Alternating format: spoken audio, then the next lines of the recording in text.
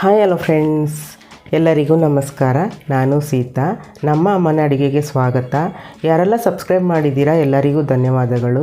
ಯಾರೆಲ್ಲ ಸಬ್ಸ್ಕ್ರೈಬ್ ಮಾಡಿದ್ದೀರಾ ನೋಡ್ತಾ ಇದ್ದೀರಾ, ಈಗಲೇ ಹೋಗಿ ಸಬ್ಸ್ಕ್ರೈಬ್ ಮಾಡಿ, ಬೆಲ್ಲೈಕನ್ ಕ್ಲಿಕ್ ಮಾಡಿ. ಹಾಗೆ ನಾವು ಹಾಕುವ ವೀಡಿಯೋಸ್ ಎಲ್ಲ ನಿಮಗೆ ನೋಟಿಫಿಕೇಷನ್ ಆಗಿ ಬರುತ್ತೆ. ಇವತ್ತು ನಾವು ಗೋಧಿ ಹಿಟ್ಟಿನಿಂದ ಒಂದು ರೆಸಿಪಿ ಮಾಡ್ತಾಯಿದ್ದೀರಿ. ಅದೇನೆಂದರೆ ಗೋಧಿ ಹಿಟ್ಟಿನ ಹಲ್ವಾ. ಇದು ಬಾಯಲ್ಲಿಟ್ಟರೆ ಹಾಗೆ ಕರಗುತ್ತೆ, ತುಂಬ ಟೇಸ್ಟಿಯಾಗಿರುತ್ತೆ. ಇನ್ನೇನು ರಕ್ಷಾ ಬಂಧನ್ ಬಂದೇ ಬಿಡ್ತು.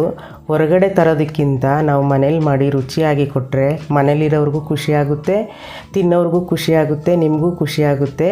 ಬನ್ನಿ ಗೋಧಿ ಹಿಟ್ಟಿನಿಂದ ಹಲ್ವಾ ಹೇಗೆ ಮಾಡೋದು ಅಂತ ನೋಡ್ಕೊಂಬರೋಣ ಬನ್ನಿ. ಅರ್ಧ ಕಪ್ ಆಗೋಷ್ಟು ನಾನಿಲ್ಲಿ ಗೋಧಿ ಹಿಟ್ಟನ್ನು ತೊಗೊಂಡಿದ್ದೀನಿ. ಹಾಗೆಯೇ 1/4 ಕಪ್ ಆಗೋಷ್ಟು ಕಡಲೆ ಹಿಟ್ಟು, 1 ಟೇಬಲ್ ಸ್ಪೂನ್ ಆಗೋಷ್ಟು ರವೆ ತೊಗೊಂಡಿದ್ದೀನಿ. ಹಾಗೆಯೇ 1 ಕಪ್ ಆಗೋಷ್ಟು ಬೆಲ್ಲ, ಗೋಡಂಬಿ 1 ಟೇಬಲ್ ಸ್ಪೂನ್. ಇಲ್ಲಿ ನಾನು ತುಪ್ಪ ಒಂದು ಅರ್ಧ ಕಪ್ ಆಗೋಷ್ಟು ತೊಗೊಂಡಿದ್ದೀನಿ. ಮಾಡೋದು ಹೇಗೆ ಅಂತ ನೋಡೋಣ. ಮೊದಲು ಸ್ಟವ್ ಹಚ್ಚಿ ನಾನೊಂದು ಪಾತ್ರೆನ ಇಟ್ಕೊಂಡಿದ್ದೀನಿ.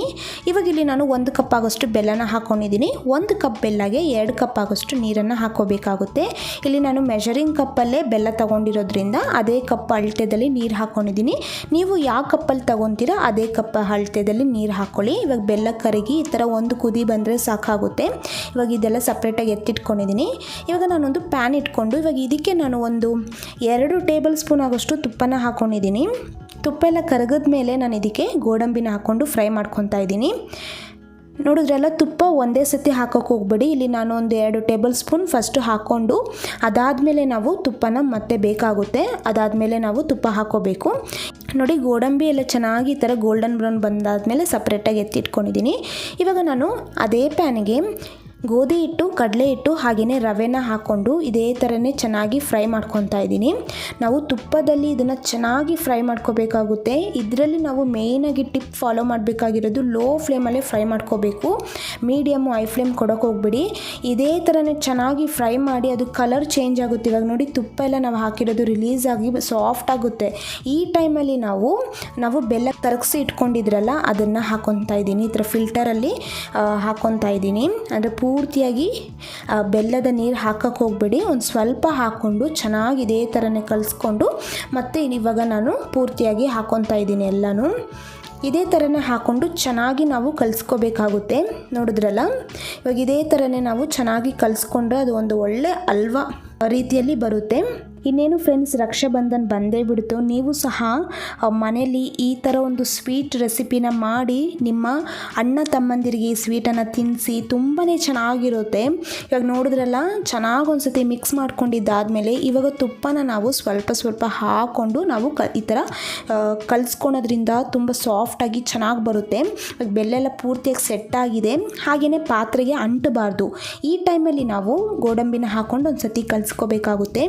ಇವಾಗ ನೋಡಿದ್ರಲ್ಲ, ಇವಾಗ ಪಾತ್ರೆಗೆ ಅಂಟ್ತಾ ಇಲ್ಲ. ಹಾಗೆಯೇ ನೀವು ಕೈಯಲ್ಲಿ ಈ ಥರ ಒಂದು ಸ್ವಲ್ಪ ಎತ್ಕೊಂಡು ಈ ಥರ ಉಂಡೆ ಹಾಕಿ ಮಾಡಿ ನೋಡಿ. ಕೈಗೆ ಅಂಟಿಲ್ಲ ಅಂದರೆ ಅದು ಕರೆಕ್ಟಾಗಿ ಸೆಟ್ ಆಗಿದೆ ಅಂತ ಅರ್ಥ. ಇವಾಗ ನಾನು ಪೂರ್ತಿಯಾಗಿ ನಾನು ಅರ್ಧ ಕಪ್ಪಷ್ಟು ತುಪ್ಪ ತೊಗೊಂಡಿದ್ದೆ. ಇವಾಗ ಪೂರ್ತಿಯಾಗಿ ಆ ತುಪ್ಪನ ಹಾಕ್ಕೊಂಡಿದ್ದೀನಿ. ಲಾಸ್ಟಾಗಿ 1 ಟೇಬಲ್ ಸ್ಪೂನ್ ತುಪ್ಪ ಇತ್ತು. ಆ ತುಪ್ಪನ ಹಾಕ್ಕೊಂಡು ಚೆನ್ನಾಗಿ ಒಂದು ಸತಿ ಕಲಿಸ್ಕೊಂಡಿದ್ದೀನಿ. ಇವಾಗ ನೋಡಿದ್ರಲ್ಲ, ನಾನು ಇದೇ ಥರನೇ ಕೈಯಲ್ಲಿ ಹಾಕ್ಕೊಂಡಿದ್ರೆ ಉಂಡೆ ಮಾಡ್ತಾಯಿದ್ದೀನಿ. ಕೈಗೆ ಅದು ಅಂಟೋದಿಲ್ಲ, ಆವಾಗ ಅದು ಕರೆಕ್ಟಾಗಿ ಆಗಿದೆ. ಇವಾಗ ನಾನು ಇದೇ ಥರನೂ ಒಂದು ಪ್ಲೇಟಲ್ಲಿ ತುಪ್ಪನ ಹಾಕ್ಕೊಂಡು ಈ ಥರ ಪೂರ್ತಿಯಾಗಿ ಹಾಕ್ಕೊತಾ ಇದ್ದೀನಿ. ಈ ಥರ ತುಪ್ಪನೆಲ್ಲ ಹಾಕ್ಕೊಂಡಿದ್ದಾದಮೇಲೆ ಇವಾಗ ನಾನು ಹಲ್ವಾ ಏನು ರೆಡಿ ಮಾಡಿ ಇಟ್ಕೊಂಡಿದ್ದೆ ಇದನ್ನು ಹಾಕ್ಕೊತಾ ಇದ್ದೀನಿ. ಹಾಕ್ಕೊಂಡು ಚೆನ್ನಾಗಿ ಪ್ರೆಸ್ ಮಾಡಿ ನಾವು ಈವನಾಗಿ ಎಲ್ಲ ಕಡೆನೂ ಈ ಥರನೇ ನಾವು ಸ್ಪ್ರೆಡ್ ಮಾಡ್ಕೋಬೇಕಾಗುತ್ತೆ. ನೋಡಿದ್ರಲ್ಲ, ಇದೇ ಥರನೇ ಚೆನ್ನಾಗಿ ಈ ಥರ ಪ್ರೆಸ್ ಮಾಡ್ಕೋಬೇಕಾಗುತ್ತೆ. ಇವಾಗ ಇದೆಲ್ಲ ಮಾಡ್ಕೊಂಡಿದ್ದಾದಮೇಲೆ ನಾವು 2 ಗಂಟೆ ಕಾಲ ಬಿಡಬೇಕಾಗುತ್ತೆ. ಅವಾಗ ಕರೆಕ್ಟಾಗಿ ಅದು ಸೆಟ್ ಆಗುತ್ತೆ.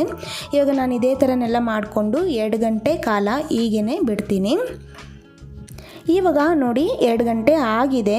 ಇವಾಗ ನೋಡಿದ್ರಲ್ಲ ಯಾವ ಥರ ಸೆಟ್ಟಾಗಿದೆ ಅಂತ. ಹಾಗೆಯೇ ಒಂದು ಸ್ವಲ್ಪ ಅದು ಗಟ್ಟಿನೂ ಆಗಿರುತ್ತೆ.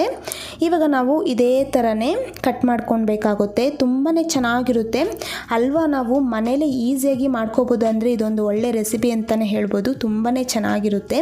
ಇವಾಗ ನೋಡಿದ್ರಲ್ಲ, ಇದೇ ಥರನೇ ನಾನು ಕಟ್ ಮಾಡ್ಕೊತಾ ಇದ್ದೀನಿ. ಇವಾಗ ಇದೇ ಥರನೇ ಎಲ್ಲ ಕಟ್ ಮಾಡಿ ನಾನು ಸಪ್ರೇಟಾಗಿ ಈ ಥರ ಪ್ಲೇಟಲ್ಲಿ ಹಾಕಿ ಇಟ್ಕೊಂಡಿದ್ದೀನಿ. ತುಂಬಾ ಚೆನ್ನಾಗಿರುತ್ತೆ ಟೇಸ್ಟು.